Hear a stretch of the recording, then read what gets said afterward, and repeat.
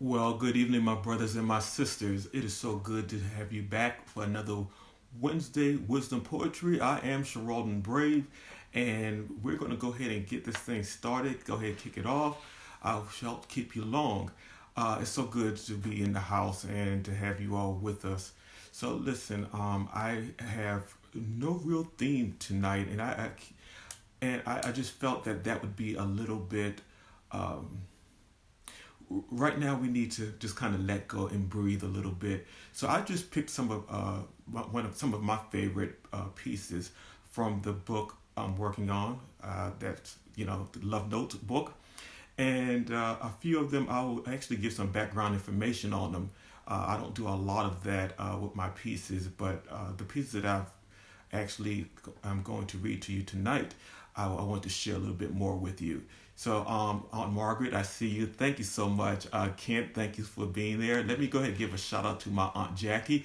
I just spoke to her probably in the last 30 minutes, and she said that she was heading over to her daughter, my first cousin Monique's house, to watch live. So I appreciate that. So, let's go ahead and get started. I'm excited about the pieces. Like I said, there's no real theme tonight except to keep it light. You all have been, well, we all have been going through this, uh, the virus, the pandemic for so long, and I think that right now, instead of having something hard and heavy, I wanted something kind of light. All right, so let's see who else I see. I see Monique, so that also means that Aunt Jackie's there as well. Good to have you aboard. Right, okay. All right, no comparison. I'm grateful for you and the love that you share, and your expression of spirit is beyond compare. One more time. I'm grateful for you and the love that you share, and your expression of spirit is beyond compare. Now, I'm going to tell you why I chose that one. I chose that one because the last few days, almost the last week, I've been doing a lot of posting, and you guys have been so wonderful in your feedback and your comments and your reactions and to the stories, and I really do appreciate it because, like you, I need. I need to step back sometime. I need to take a breath and everything. And so you guys kind of keep me going, keep pushing me, and I really do appreciate that. And the other part of it is that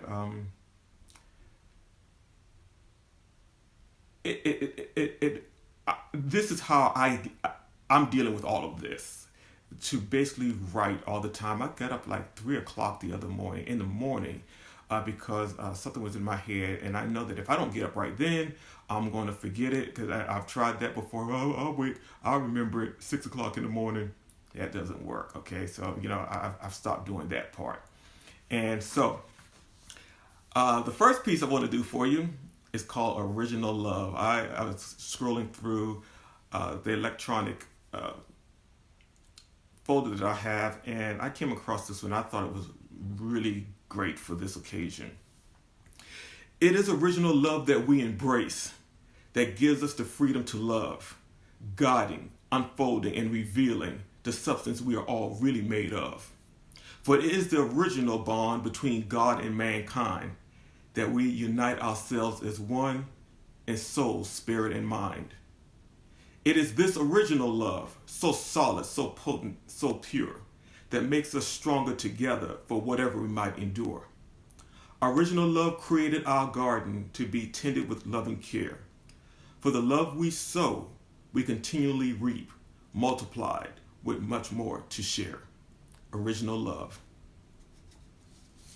Now, some of you might notice one of the things I try never to do is to leave a poem untitled, and I get as much joy coming up with the title of the poem as I do writing the entire poem. And you will probably see some quotes that I placed on Facebook without titles, but many times when I place them on Instagram, I go on and title them, only because it's about space on Facebook. So I look forward to titling mine. So now listen, I need your help. I see something coming up on my screen that says low network connection. If I'm breaking up or if I'm not coming through to you, somebody please let me know. Just send me a quick text.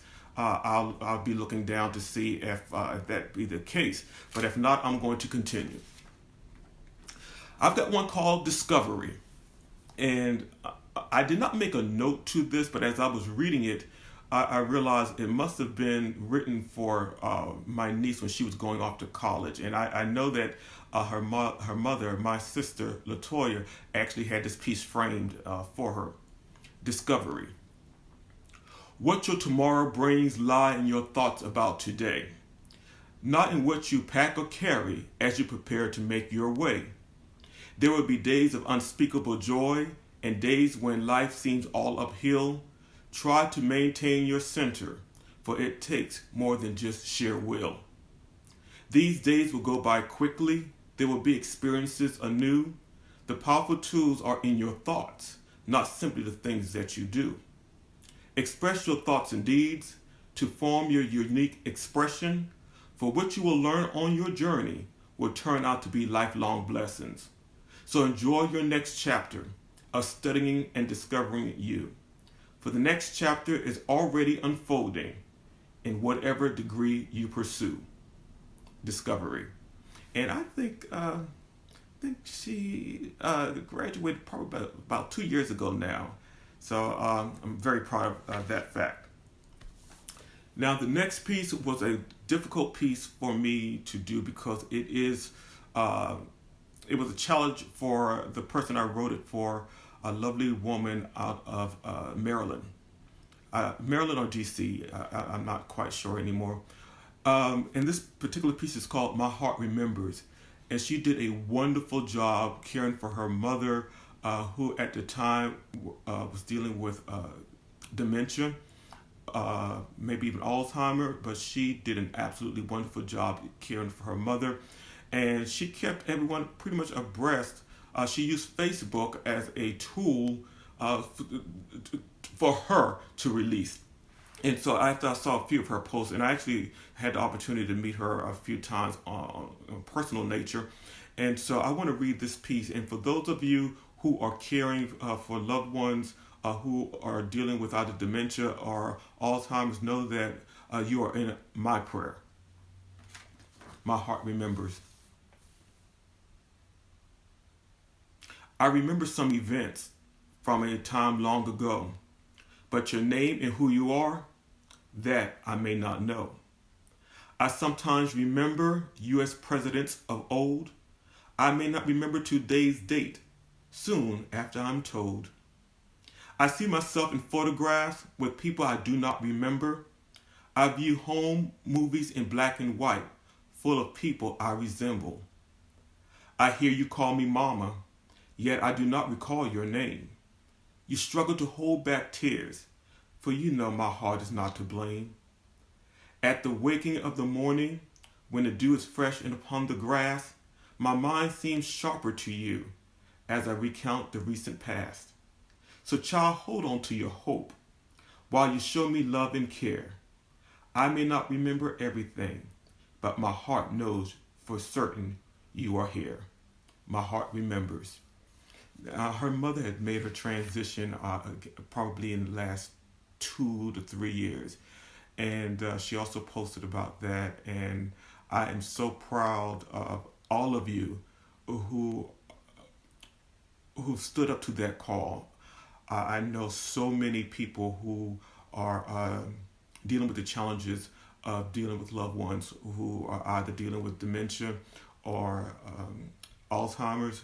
And again, and especially in this time, if you have your parents, your loved ones in a facility for better care, I do know it's even more difficult right now being on lockdown and everything. So again, know that not only I, but I'm sure there's so many people that under the sound of my voice that are thinking about you at this time. All right.